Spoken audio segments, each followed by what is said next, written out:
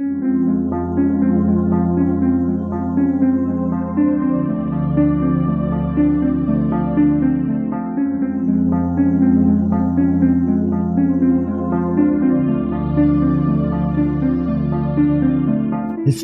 tells the story of the world and of our lives. Sometimes that history goes bump in the night.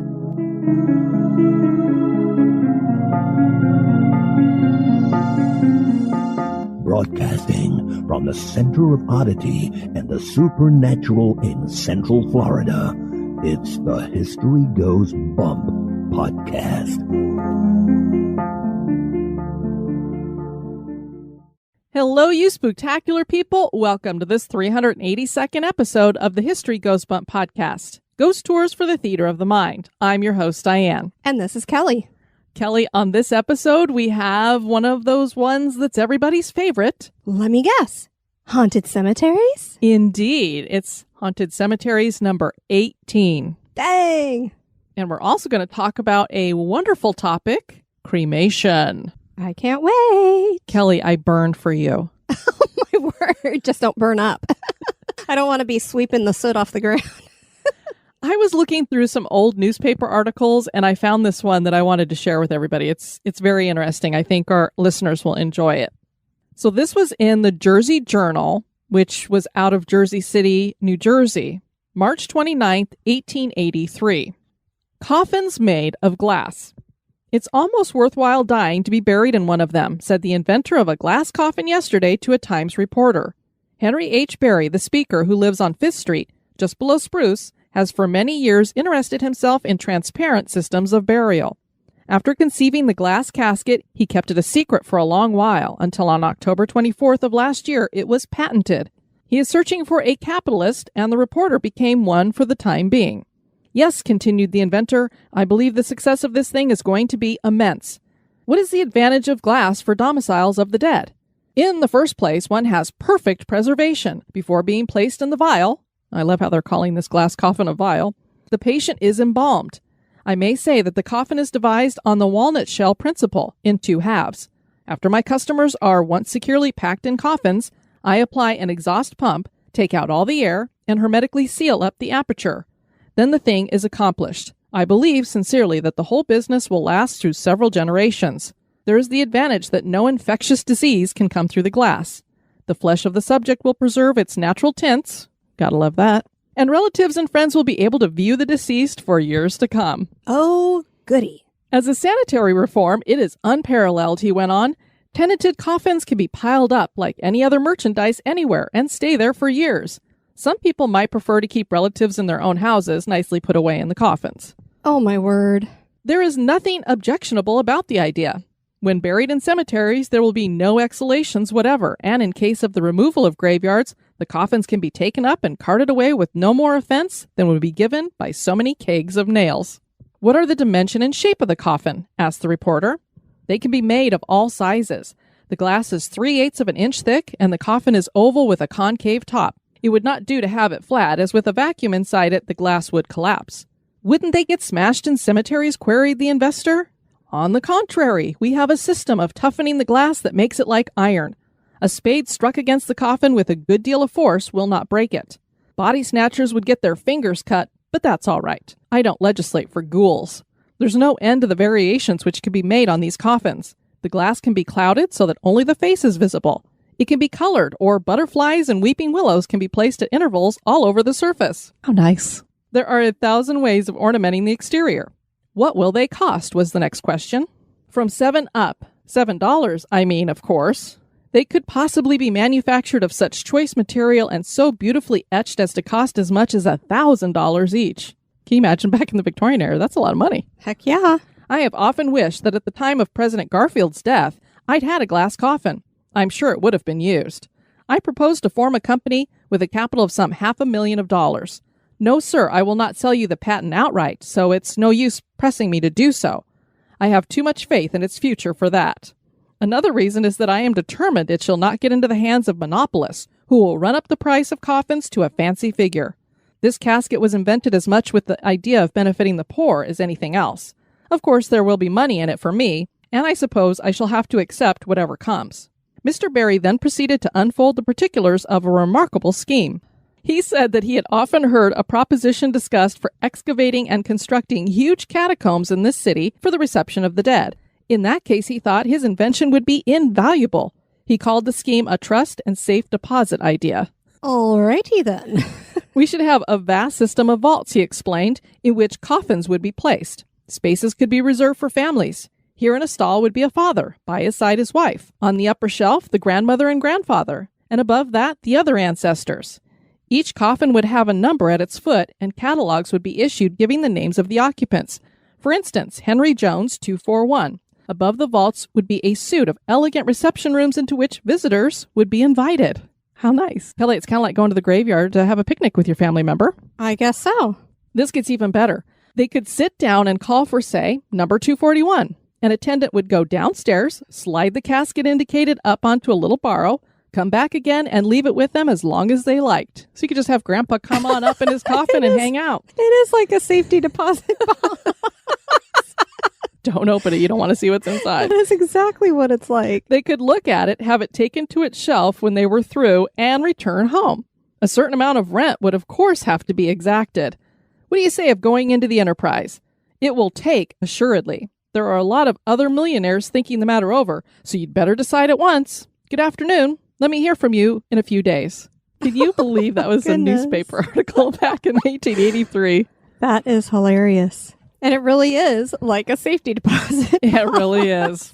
All right. We want to welcome a ton of people into our spooktacular crew. Bear with us. We have Sarah with an H, M, Wim, Andy with an IE, Katie with an IE, Nair, Mary Jo, Chip, Stephanie, Megan, Crid, Elizabeth, Kirsten, Reed, Kimberly with an LY at the end, Amanda, Joy, Tony, Cassio, Gina, Lenora, Anne with no E, Nicholas, Rhonda, Jen, Capone, Serena, PL, Dawn, Michelle with 2 L's, Dwight, Paula, Annie with an IE, Christiana with a CH, Susan, Love and Death Penhurst para-investigator, wonder what you do, Thomas, Brian, Amanda, Ryan, Trisha, Carol, and Rebecca. That was a mouthful. And thank you so much, everyone, for joining us in the spooktacular crew. And now, this moment in Oddity.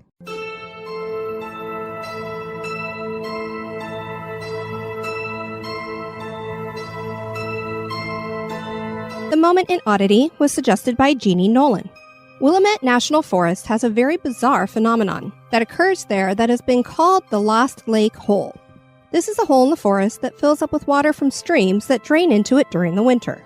The weird phenomenon happens in the spring when the hole suddenly drains all of its water. It's like the floor of the lake drops out and all the water just disappears. Pictures taken while this happens shows what looks like a big hole surrounded by waterfalls as the water just flows down and away, and nobody knows where it goes. Scientists have blamed the region's volcanic landscape that is porous for absorbing the water. That hardly seems like it could absorb that much water. But others believe that there's also some kind of lava tube under the hole, and that is where much of the water drains. This fills up the underground water supply, which eventually feeds into the springs, and the process starts again. We still wonder why the water doesn't just drain all the time. That seems to be the greater mystery, and this lost lake certainly is odd.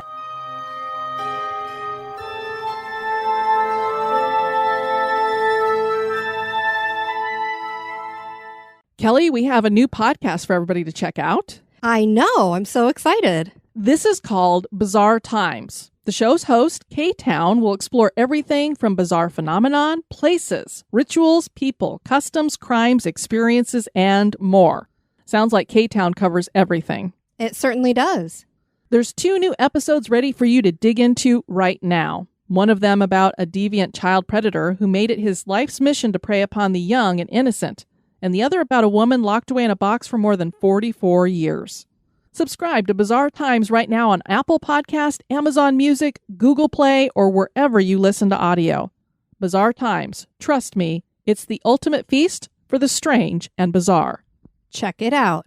And you guys may have heard K-Town on Mysterious Radio. So if you're fans of that, you no doubt will be fans of this new venture. And now, this month in history.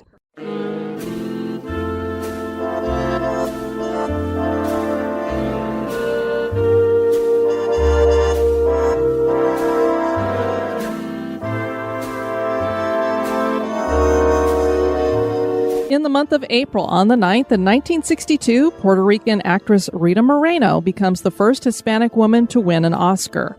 Moreno was born in Puerto Rico in 1931, and her family eventually migrated to New York. She got her first acting gig on Broadway when she was only 13 years old. She later got a supporting role in the movie The King and I, which she cherished because she felt as though this was outside of all the stereotypical roles she'd been placed in before, particularly in westerns. She would land the role of a lifetime in 1961's film remake of the musical West Side Story. She would play Anita, a Puerto Rican immigrant who is good friends with Maria, who is the sister of her boyfriend. Other actors in the film, like Natalie Wood and Richard Beymer, didn't sing their own songs, but Moreno did, and she gives a very memorable performance as she sings the song America. West Side Story won 10 Oscars, including Best Picture and, of course, Moreno's Best Supporting Actress. As part of her acceptance speech, she said, "I can't believe it. Good Lord, I leave you with that." She later went on to win a Tony Award in 1975, and during the 1970s, she appeared on The Electric Company. And for those of you my age, we remember, "Hey, you guys," very fondly. She won an Emmy for her work on The Muppet Show. She's one of the few actors to have won an Emmy, a Grammy, an Oscar, and a Tony Award.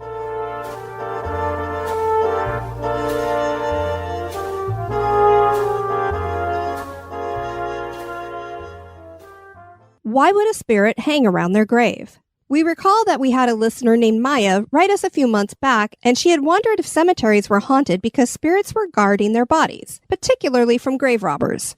And we had wondered if maybe some spirits were hanging around because that is where their family would come to visit them.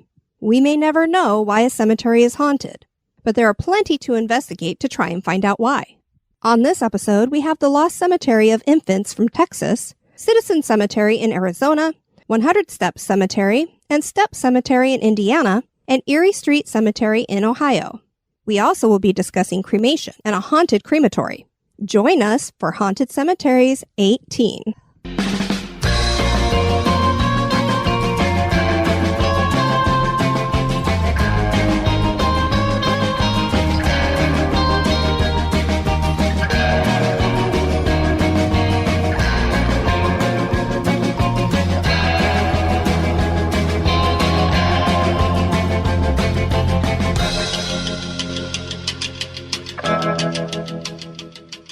First up, we have the Lost Cemetery of Infants, and this was suggested to us by Scott Booker. The Lost Cemetery of Infants is found in Doug Russell Park, located at 801 West Mitchell Street in Arlington, Texas. Most cemeteries, Kelly, as we've come to find, especially if they're a little bit bigger, have a nursery area that's been reserved for the burial of children and babies, but this entire cemetery is dedicated to them. Reverend James Tony Upchurch created the Baraka Industrial Home for the Redemption and Protection of Erring Girls in 1894 as an attempt to help pregnant girls transition back into regular society. Don't you love that mouthful there? I'm glad you had to say it. The redemption and protection of erring girls. Of course, the boys didn't have anything to do with them getting knocked up. The Reverend was forward-thinking at the time because most places, especially churches, would turn these young women away. The girls would be taught a viable trade like sewing, typing, printing, doing laundry, and they only had to follow a couple of rules. And people might be like, printing? What does that have to do with anything? I guess they actually had a newsletter that went with the church, and so they would all get on board and help out with putting out this newsletter or magazine, something like that. They had to attend church, and they had certain chores they were assigned. They also had to raise their babies for a year and then give them up for adoption, but I'm assuming that was so that the baby could be weaned, maybe? I would imagine. The institute grew over the years, covering 40 acres, and eventually transitioned into an orphanage. It was after the Reverend passed in 1950 that things started to go downhill. By the 1960s, all the buildings on the property had been torn down and the land sold off. But one thing remained, a plot of land where babies that had been stillborn or died from sickness had been buried. Most markers are flat to the ground and contain only a first name or a number after the infant. So it might be like infant 6 or infant 10. If they'd been too young to have been named. We're not sure why this simple little lost cemetery is haunted, but people claim to be touched as though someone is stroking their hair, and shadow figures are seen sometimes darting between the trees, and disembodied voices of children have been heard. Which I find interesting because it seems like most of the children that are buried here were actually babies. I would almost imagine that if people are getting their hair stroked and things like that, it's the spirits of the moms that had to bury their children there. You'd almost think it was more of a mothering kind of thing. And to me, it's just weird that you would hear disembodied voices of children. I mean, maybe of babies crying, but... Next, we have Citizen Cemetery in Flagstaff. This was suggested and researched by Susan Johnson of Freaky Flagstaff Foot Tours. She joined us on episode 275 to talk about Haunted Flagstaff. And she wrote me just, I think a month and a half ago and said, hey, the next Haunted Cemeteries you guys do, you need to do this one because it's on her tour. So she has researched this and written this part of our episode. Greenwood Cemetery sat at the foot of Mars Hill, and it was decided to move the bodies to a new cemetery, Flagstaff's Citizen Cemetery, which was established in 1891. Unfortunately, only 40 of the 64 bodies made the trip, so there are probably still the remains of 24 people under Thorpe Park, which took the place of Greenwood Cemetery. The story goes that Greenwood Cemetery was the final stop for many of the outlaws and gunslingers of the late 1800s, and the town's hanging tree was conveniently located nearby. Percival Lowell was the town's father, and one has to wonder whether his decision to build his observatory atop of Mars Hill had anything to do with the town father's decision to move the cemetery some 2 miles southeast to its current location. I'm sure it had nothing to do with it. Oh, I'm certain of it.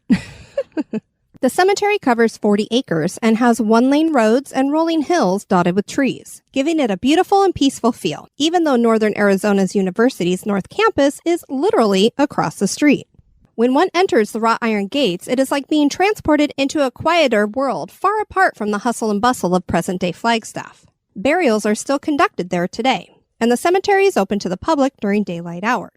A visitor familiar with the Northern Arizona history would recognize a number of the names of old pioneer families that are interred here. Platt Klein, longtime editor of the town paper, and his wife are buried in the southernmost section of the cemetery, close to the Secris, which was the town doctor in the early mid-1900s, and the Pollocks, who was an extremely wealthy businessman involved in banking, cattle, and real estate. Interestingly, most of the headstones in the cemetery face east, as was customary in the 19th and 20th centuries. I'm sure most people know it was a Christian thing. Christ was supposed to come that way, so you want to face him, I guess. There were a few exceptions, Pat Klein being one of them. He said he wanted his stone to face north toward the majestic South San Francisco peaks, whose beauty brought him west and kept him in Flagstaff his adult life.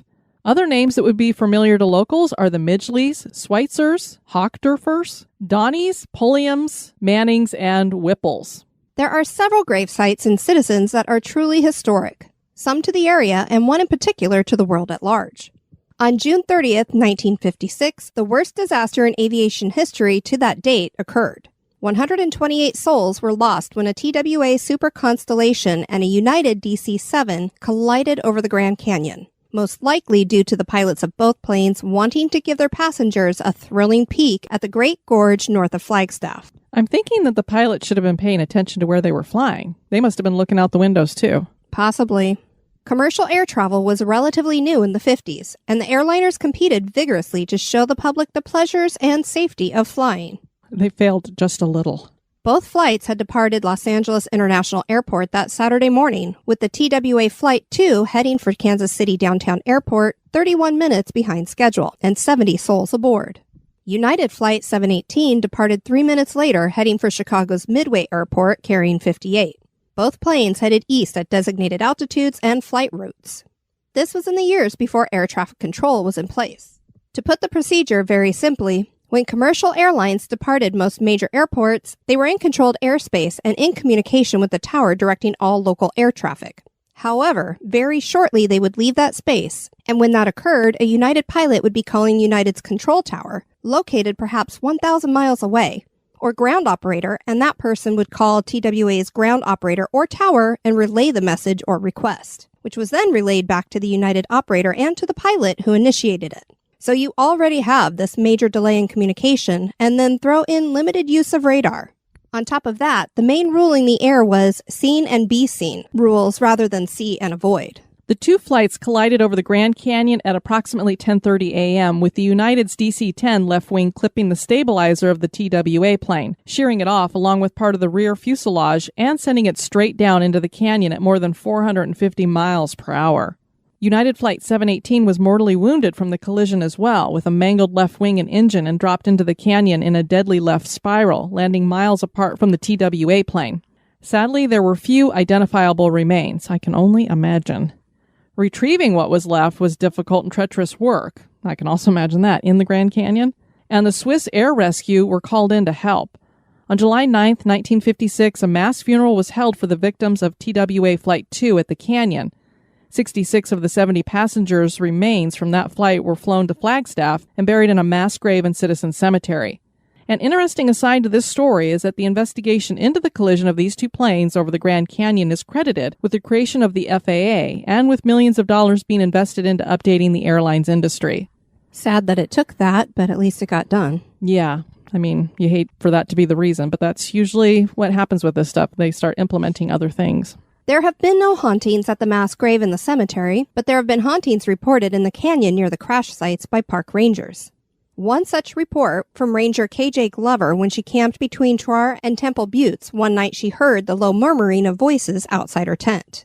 When she looked outside, she saw a line of people, more than 12, in dresses and suits, walking up the trail and talking amongst themselves as though nothing was amiss. Glover also reported that they were followed by several Native Americans, speaking in a language she could not understand. When she got out of her tent to investigate, there was no one there. A Journey into the Haunted also tells of sightings between the two crash sites, with people dressed in city attire being seen as well as people wandering around confused and crying. Again, when checked further, no living beings are detected. You know what I think is kind of cool about that story? The first one where she saw the Native Americans following the group of people in regular city attire. So these spirits seem to be communicating with each other because those were probably Native American spirits, all kind of in the same place together. I thought that was cool that they were in the same area. Maybe these people wouldn't know the Grand Canyon and possibly the Native American spirits did. So it's like they're trying to guide them out. I don't know. Yeah. Another gravesite of interest is that of Thelma Marie Walkup and her 4 children. Daniel, age 10, Rose, age 8, John, age 5, and baby Elizabeth, just 19 months. What first catches one's attention is that the date of death for all 5 of the Walkups buried here is the same, July 22nd, 1937. Kelly, this reminds me of the burial for the Moore family that we saw in Villisca. I was just going to say that. This one, it sounds like they might have different headstones, whereas the Moore family in Villisca, it's one very long tombstone with their names all on it. Here is the story behind the Walkup murders. It was just another lovely summer's day that Thursday when J.D. Walkup, chairman of the Coconino County Supervisors and man about town, kissed his wife and children goodbye and headed to Phoenix for another of his many meetings. J.D. also either offered or was recruited to take several of the college women who were headed to Phoenix for a regional softball tournament with him. This would not have been unreasonable as there was no Interstate 17 in 1937 and the trip to the state capitol would have been a good 5 to 6 hours away, just going one way. The Walkup children were seen playing outside until late afternoon in their yard. Marie Walkup had called the family physician the day before, complaining of a chronic stomach ailment and expressing worry that the children may have contracted it this time. Dr. Fronsky later said that Marie sounded anxious and overwrought. He tried to reassure her during the call. Later Thursday night at approximately 10:20, Marie again called the doctor's house. This time Fronsky was not at home, but he had left his son Robert in charge of taking any messages from his patients or other callers. Robert grabbed a pencil and wrote down Marie Walkup's missive to his father. Tell him to come by early tomorrow morning, and be sure to tell him not tonight, but tomorrow. The night of the 22nd was a full moon and the perfect evening for 4 young people to take a midnight hike through the forest around the golf club, country club, just north of the town. I'm sure that's all they were doing was hiking. You have such a dirty mind. Ed Conrad, 29, and the oldest of the group, had trespassed through the stark yet majestic area many times before and had never seen anyone else about.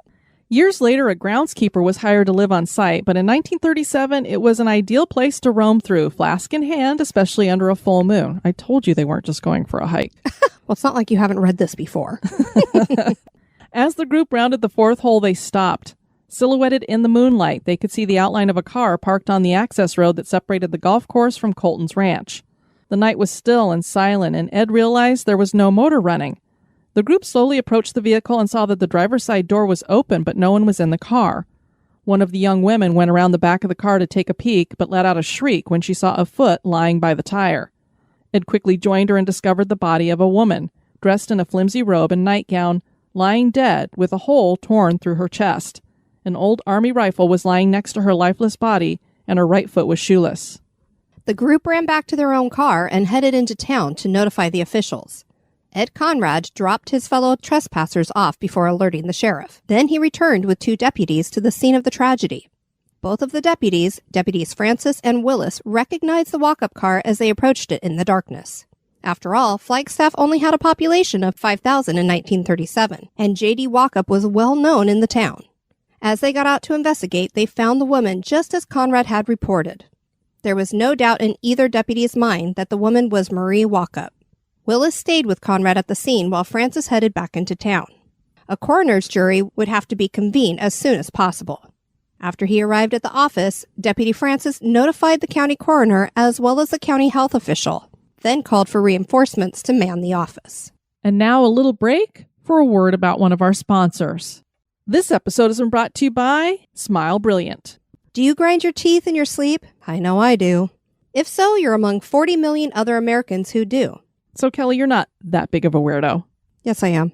Whether it's stress, anxiety, or an abnormal bite, chronic teeth grinding will lead to worn enamel, tooth decay, sleeplessness, and expensive dental procedures. And I have one to add to that, headaches. Oh, that's true. Yep.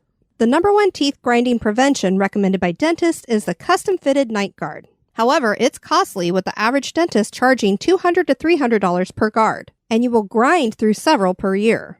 Using Smile Brilliant's Lab Direct process, you can get the same custom-fitted night guards for as little as $45 per guard. Additionally, Smile Brilliant has custom-fitted teeth whitening trays and the CaraPro electric toothbrush. Head over to www.smilebrilliant.com and use BUMP at checkout for 30% off. Once again, that's www.smilebrilliant.com and use BUMP at checkout. This episode is sponsored by HelloFresh. Kelly, HelloFresh has made our life so easy. And yummy. Yeah, indeed. It has been so tough for us to come up with meals that are creative and balanced and easy to make every single week. We both work, and by the time we get to dinner time, it's like, I don't even want to think about what I'm going to be making. Exactly. I mean, I work much later than you typically, and having something that we can put together in 30 minutes, I mean, it's incredible. The meals are so yummy. HelloFresh offers 25 or more recipes that you can choose from each week. They have vegetarian meals, craft burgers, extra special gourmet options, and something that I didn't know until after we signed up, Kelly, they also offer the option of other meals. So it's not just dinner. You could get all 3 meals a day. They have snack options, special treats. There's all kinds of stuff that you can order from them. You have extras where you could have like garlic bread to go with your pasta meal. So cool. And you know, their portions are huge. They are. We signed up for the 2 servings, 3 days a week, and it takes care of us for 6 days. It sure does. Great thing is we have it delivered every Monday. It's on our doorstep. We don't even have to think about what we're going to do for the week. And it's just so quick and easy. The ingredients are all fresh, sourced directly from growers, and delivered from the farm to our front door in under a week. Kelly, we just got done enjoying beef and cheese tostadas, sweet and smoky pork tenderloin, and chicken sausage cavatappi bolognese with zucchini and parmesan. It was all delicious. And it's so nice having something different every single week. You know, not the same old, same old.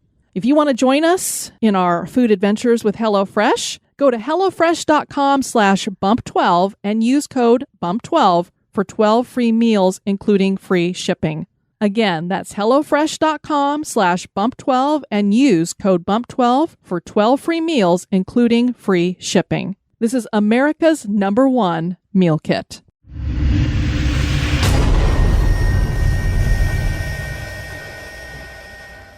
The 3 men, Francis, Coroner Miller, and Dr. Sherman, met at the sheriff's office and prepared to drive the 4 miles north to the country club. But first they had a stop to make. Francis knew J.D. Walkup was scheduled to be in Phoenix that weekend. He'd even given a ride to some of the women ball players. If Marie was lying dead outside the family car up at the golf course, who was with the 4 Walkup children? The Walkup house was only blocks away from the sheriff's office, so the caravan made a stop outside the spacious house sitting on a corner lot on LaRose Street. The house was quiet when the 3 approached it around 1 a.m., and they walked through the gate and up the 3 steps to the front door. Tacked to the door was a folded piece of paper addressed to Dr. Fronsky. Inside an empty milk bottle just outside the front door was another piece of paper. The men unfurled the stationery and read the words, "No milk today." One of the three decided to call Dr. Fronsky at that point, while the other two tried the front door. It was unlocked, so they stepped inside the residence. The house was neat and tidy inside and very, very quiet. The two went to the back of the downstairs to a downstairs bedroom and opened the door. Inside the room was a toddler's crib and a regular-sized bed. Going to the crib, they first discovered little Elizabeth. She was neat and clean and had bed covers pulled up to her chin. However, as the men bent closer, they saw she was not breathing nor even stirring. Pulling back her little covers, they discovered ugly welts around her neck. Elizabeth, also known as Phoebe to her family, was dead. All the walk-up children were discovered deceased, and it was later reported that they had been killed by their mother, who stabbed them with an ice pick before strangling them. Several notes were left by Marie, including one addressed to her mother and sister, detailing how she wished the burial services to be conducted. All 5 of the walk-ups were buried in a double plot in Citizen Cemetery, with the children side by side in one plot directly east of their mother in the adjoining one. There are several unexplained sightings connected to the walk-up murders.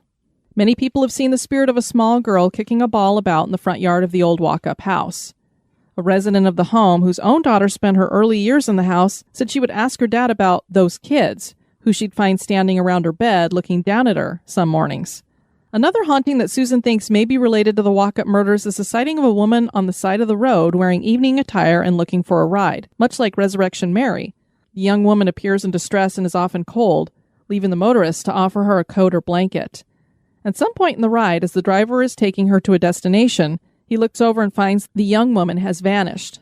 Later, the coat or blanket is found draped over the gates of Citizen Cemetery. Isn't that weird? Some reports of where the woman is first seen and picked up from are actually very close to the old walk-up house. Several years ago, Susan spoke to the groundskeeper about the cemetery and asked if he had heard of any of the hauntings. He laughed a bit and said he always found it a peaceful place, even when he had to work late and was at the office well past nightfall. While the gates close at dusk, many times over the decades, students have either accepted a dare or taken an adventure and trespassed through the grounds at night.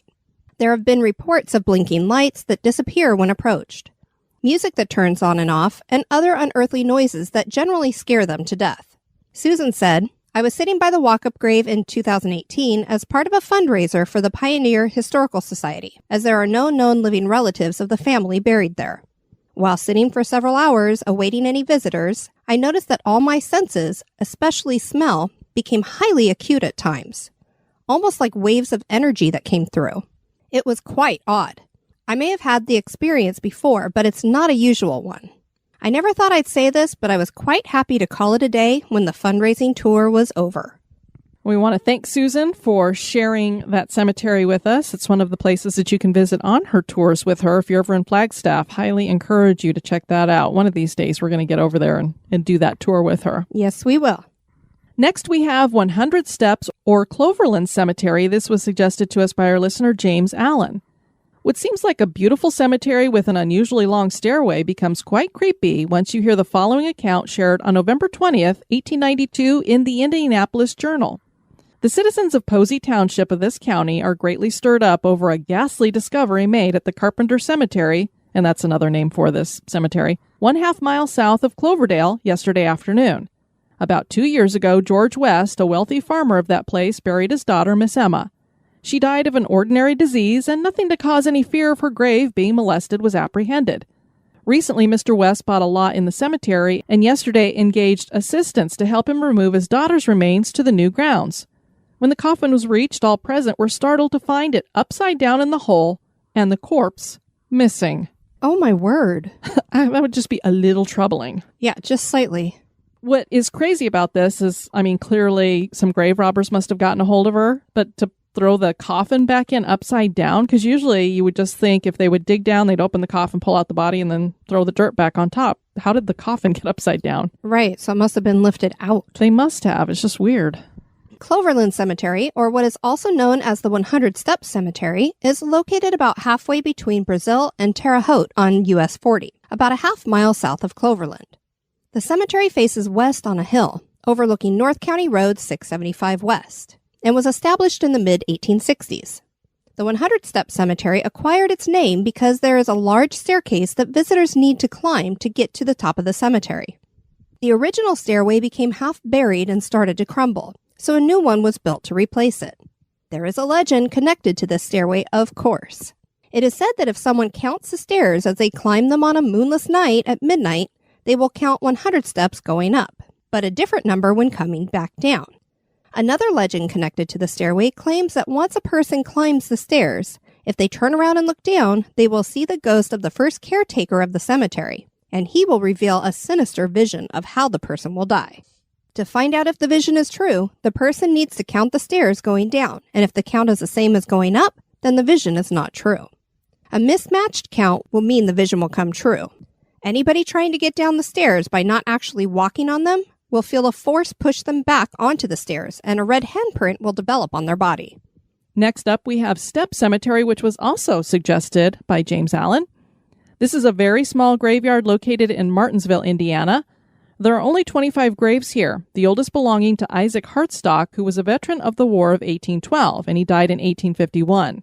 10 graves of the Hacker family are here. Sir Malcolm Dunbar Hacker and his wife Anne had 8 children, 4 of them dying before reaching the age of 12. There's also the headstone for baby Lester here, who died shortly after being born. In the 1950s, this small plot of land became a hangout for teenagers. That is when the ghost story started about this place. Strange noises were heard and disembodied voices moved on the air. And the most famous ghost here started making appearances. This would be the woman in black, and she would regularly appear sitting on a tree stump near baby Lester's grave. She would be holding a ghostly baby in her arms. That stump soon was nicknamed the Warlock's Chair, which I don't get because if she's sitting on it. Another spirit said to be here belongs to a young girl that was murdered and had her body dumped nearby. She wanders around the tombstones, perhaps looking for her killer, because that person was never caught and brought to justice. Next, we have Erie Street Cemetery in Cleveland, which is located right across from Progressive Field at 2254 East 9th Street in Cleveland, Ohio.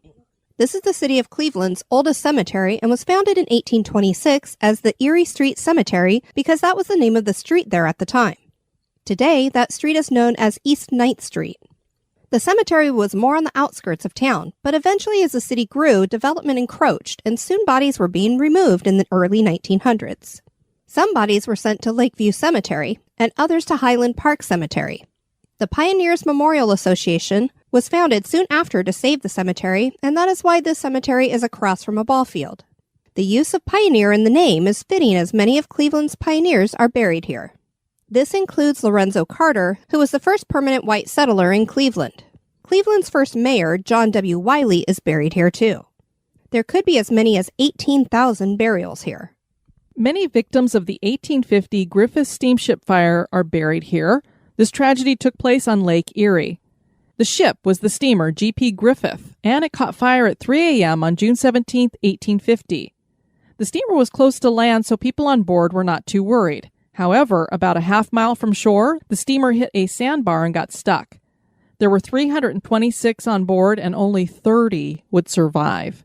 Can you imagine being just a half mile from shore? And almost everybody on board dies. That's terrible.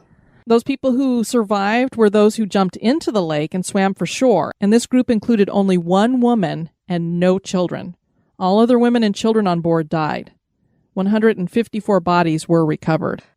Another burial here is for Jock Osott, and the headstone is cracked with a legend about how this came to happen.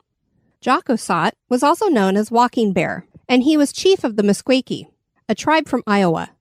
Jock Osott took part in the Black Hawk War, and when that ended, he went east to hunt and met a man named Dan Marble there. Marble had a theater troupe that traveled internationally, and he invited Jock Osott to join the troupe. He joined them in traveling to England, where he met Queen Victoria and came under her favor. He stayed with the troupe until he became ill, and he was so sick, he decided he needed to return home. If death was going to take him, he wanted to be in his ancestral land. Unfortunately, he only made it as far as Cleveland, where he had some friends. One of those friends paid for his burial at the Erie Street Cemetery. Soon thereafter, a crack developed across his tombstone, and people claimed that Jock Osott's spirit cracked it because he was saddened that he had not been buried at home. Some claim that this spirit has even traveled over to Progressive Field and haunts that location too. And it is very unusual because it's one of those really long stones that you put on top of somebody's grave. And it's cracked in several places, like right down the middle and then across it in several places. So it's really damaged. That's not the only legend connected to the crack, though. Another story claims that people were hexed by Chief Thunderwater, and these hexed souls cracked Jakasat's headstone. And Chief Thunderwater, I guess, was one of the people who joined that pioneer group to try to save the cemetery. Not sure why they would lash out at that stone. There are several other ghost stories connected to the graveyard. Some think it is because so many bodies were disturbed when they were moved to other cemeteries. There are many unmarked graves too, and that may have left some souls disturbed. There's the spirit of a woman in white here. She wears a long white dress and is usually seen standing near the Gothic gates of the cemetery and beckoning to cars and people passing by.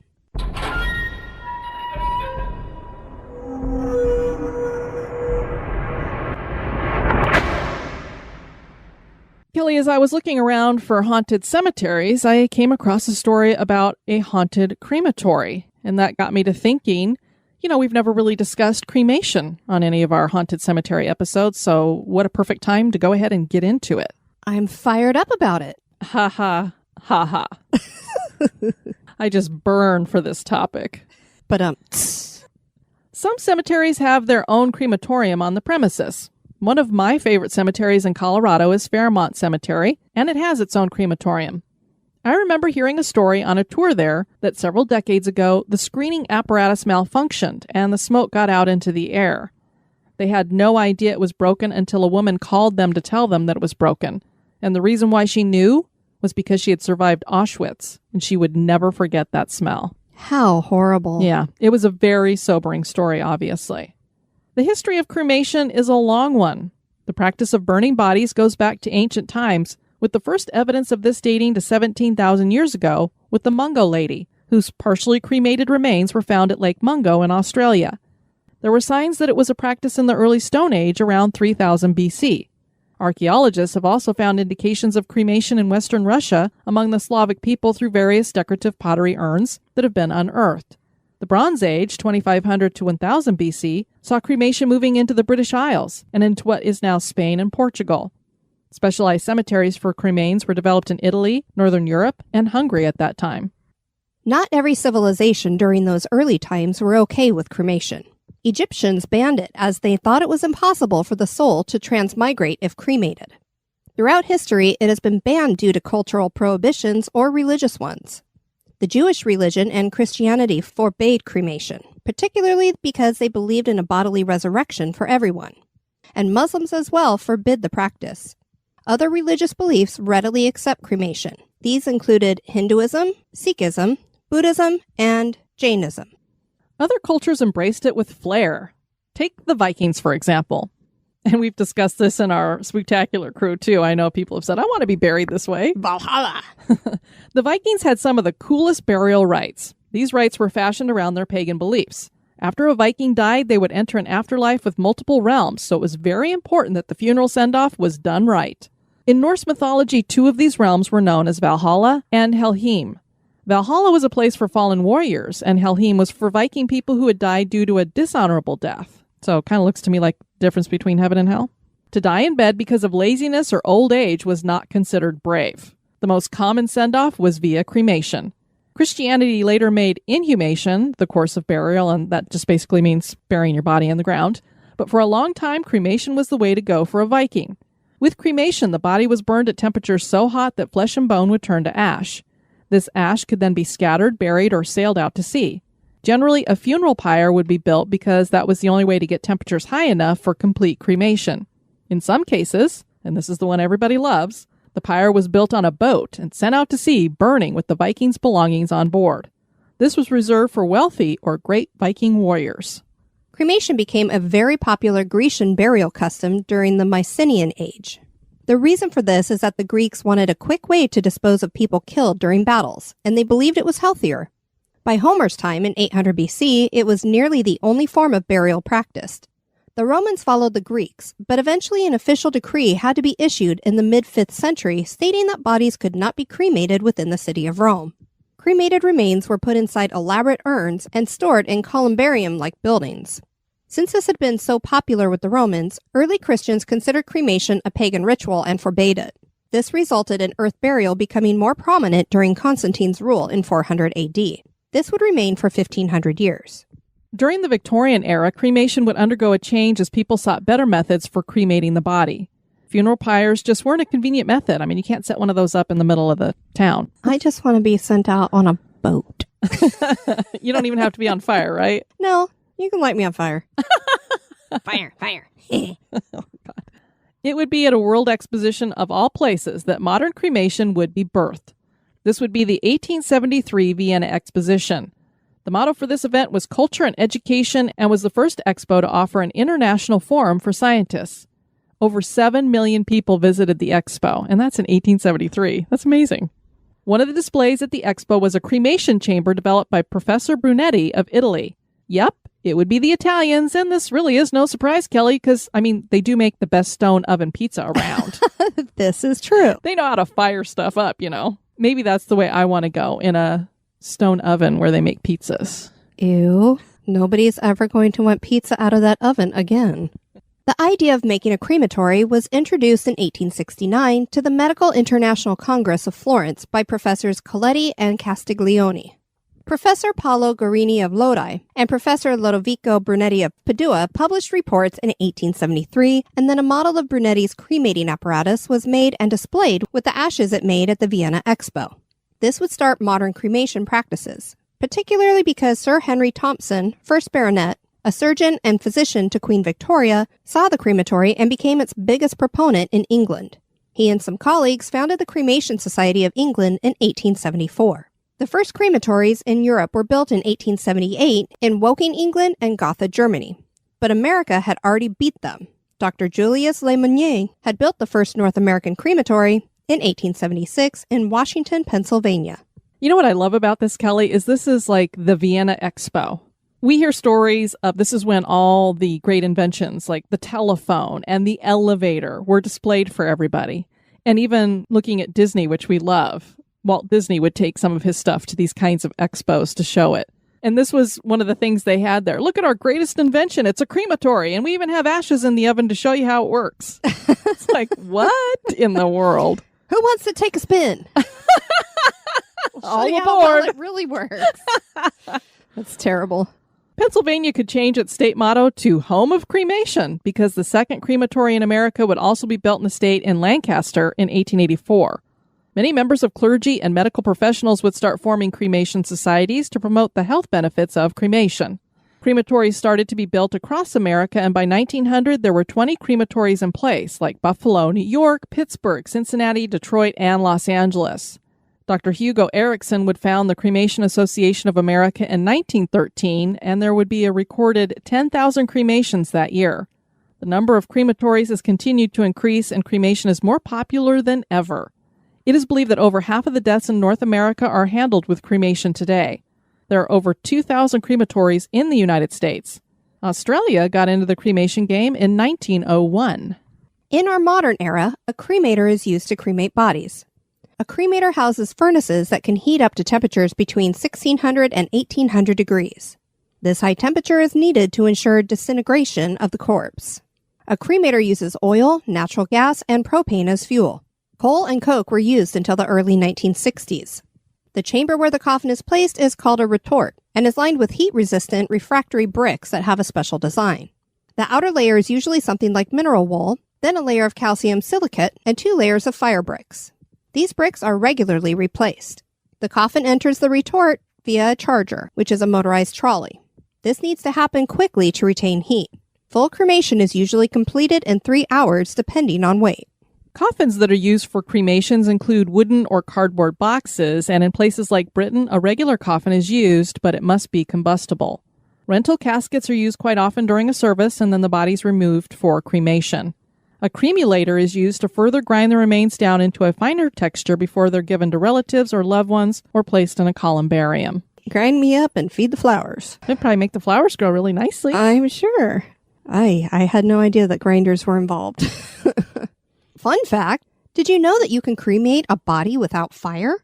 This is done via alkaline hydrolysis, which is technically known as resumation. The body is placed in a steel chamber, and then potassium hydroxide and water are added. The temperature in the chamber reaches around 350 degrees, and 145 pounds of pressure are added. The body is reduced to bones in about 3 hours, and the bones are crushed into a white powder. This was developed in Europe in the 1990s to get rid of the bodies of cows infected with mad cow disease. Florida was one of the first states to legalize resomation. Of course. This all sounds great when it comes to the environment, but I have one question. What happens to the liquid from this process? You know, the coffin juice? This coffin cocktail would be water, chemicals, acids, and soaps from body fat. It's actually just dumped down the drain and disposed of through a wastewater treatment process. Ew. Not so fun fact. Ashes weigh anywhere between 1 pound to 8 pounds. There are no laws about keeping cremains, but there are some in regards to spreading of remains. For example, California requires cremains spread at sea to be quite a distance from shore, and the Golden Gate Bridge doesn't allow dumping of remains from it, although I'm sure there are many people who attempt to do so.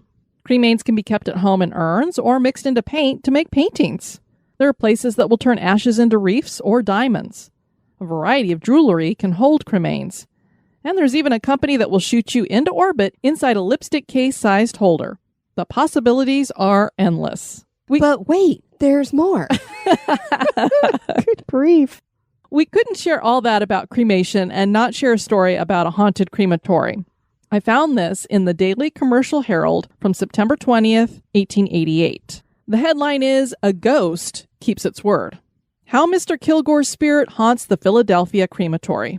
The departed spirit of the late Damon Y. Kilgore, the well-known lawyer who fought for so many years to have his wife admitted to legal practice, is said to be ill at ease in its new abode.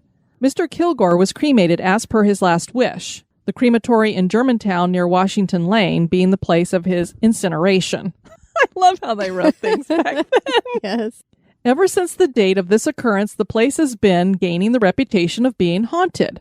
Strange and ghostly sounds have been heard from twilight until dawn, and a number of the employees about the place have resigned positions on account of the omens.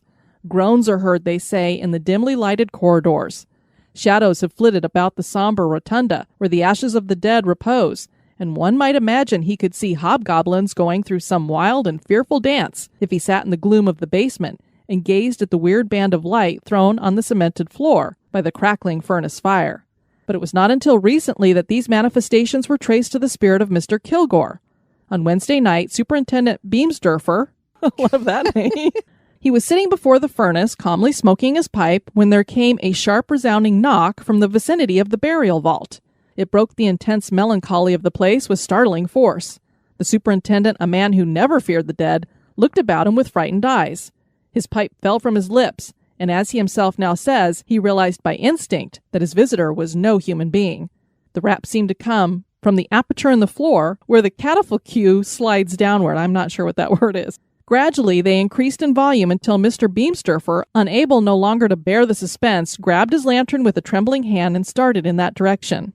Then he seemed to hear the sounds on every hand growing louder every minute. As he neared the spot, he saw, in the mingled dimness of the gloom and the rays of his lantern, what seemed to be a prostrate form, which slowly assumed material shape until he recognized the features of the departed lawyer. While he looked at it, the form assumed an upright position, then struck several times upon the resounding walls, and glided noiselessly away. Beamsdorfer darted after it with his lantern held above his head, but the specter vanished in the darkness. The next night, the rappings were repeated for several hours, but no phantom appeared. Mr. Kilgore was a confirmed spiritualist in faith, and believed in the communion with the dead. Before his death, he is reported to have said that he would return to the scenes of his life, a fact which added to the terror of the superintendent. Although not a spiritualist himself, Mr. Beamsdorfer is convinced that Mr. Kilgore's ghost is keeping the pledge made in life, and he does not care to keep a solitary watch in the dimly lighted crematory. We love our cemeteries, especially if they have ghost stories connected to them. Are any of these cemeteries really haunted? How about that crematory? That is for you to decide. That was so much fun. I love doing that stuff, Kelly. Absolutely. We want to invite you guys to check out our website at historygoesbump.com. If you want to send us some feedback, you can do that at historygoesbump@gmail.com or any of the various places where you can find us on social media. We also had a few messages over on our YouTube channel. If you've not subscribed to that, we encourage you to do so. We have a lot of great videos up there. On the St. Germain episode, Kelly, we had talked about the website Finding Count St. Germain, that website that was run by Jesse. Right. And I wrongly assumed that Jesse was a he. Uh-oh. It's actually a she. You know what they say when you assume. I know. So thank you for the listener letting us know that there. Episode 21 featured Haunted Chico Hot Springs Lodge, and DJ Hoover commented on there. My wife freaked out in room 105, swore she heard doors slamming and felt a presence, but she did go back to sleep. So maybe it wasn't quite that scary. Well, that's good. And then, Kelly, we have our old Hamilton County Jail. We have not only the episode that we did on it, but we also have the live that we did there where people can see you hanging out with the spirits in the shower. And Kimberly said to you, poor Kelly, why does she always get volunteered? Cracks me up. Sounds like me and my husband. Voluntold. Although you happily usually jump right in and do whatever. I do. I think it's because you have a special connection to spirits. Possibly. We want to thank you guys for tuning in to this episode. I've been your host, Diane. And this has been Kelly. You take care now. Bye-bye. Bye-bye. This episode is brought to you by our executive producers. Dispatches from the Grave Digger. First, we want to thank the Vander Yachts, who have once again been so generous to us. Thank you for your one-time donation, and you both regularly, monthly support the show. So you're just amazing human beings. We definitely could not do this podcast without you guys. Extremely generous. Thank you. And we want to welcome into the cemetery Ty Nunjester. I hope I said your last name right. We're going to be putting you in the niche wall. And Denise Bray, you're going to be buried under an obelisk headstone. Thank you so much for supporting History Goes Bump. We really appreciate it. This episode was also brought to you by Bizarre Times Podcast, Smile Brilliant, and HelloFresh. Join me in the cemetery by becoming an executive producer. You can join on Patreon or PayPal. Check out the Support the Show tab on the website for more information.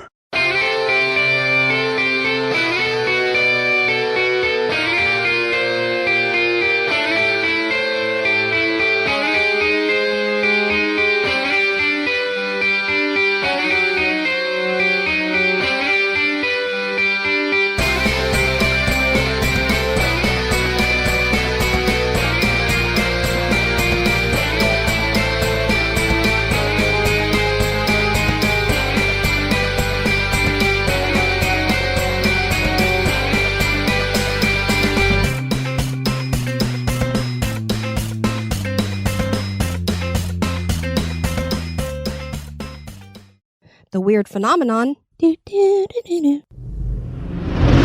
recall that we had a listener named Maya write us a few months back, and she had wondered if cemeteries were haunted because spirits were I'm going to gargle. We're just Spanish. Because spirits were Popeye? All of them? Oh my God. Olive. I didn't even try to make a joke with that. Oh my God. Look You're at that. so punny. Of course, the boys didn't have anything to do with them getting knocked up. The Reverend... I'm sorry.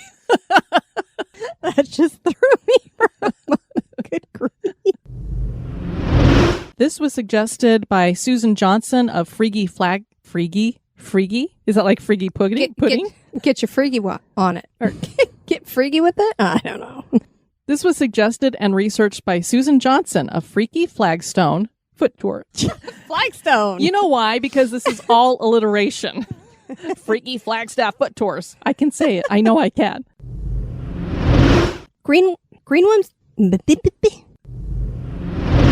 giving it a beautiful and peaceful feel. Feel? It gives them a good feel. Hawkdurfers? I'm not sure if that's how you say it, but gotta love would say, I don't know. Gotta love the Durfer at the end there. And when that ended, he went east to hunt and met a Nam. Met a Nam. Words. This is done via alkaline. This is done via alkaline hydrolysis. Jesus. No, it's hydrolysis. Sorry, not Lord. Jesus. Although I bet he could burn you up in 2 seconds. Yeah, sometimes I deserve it.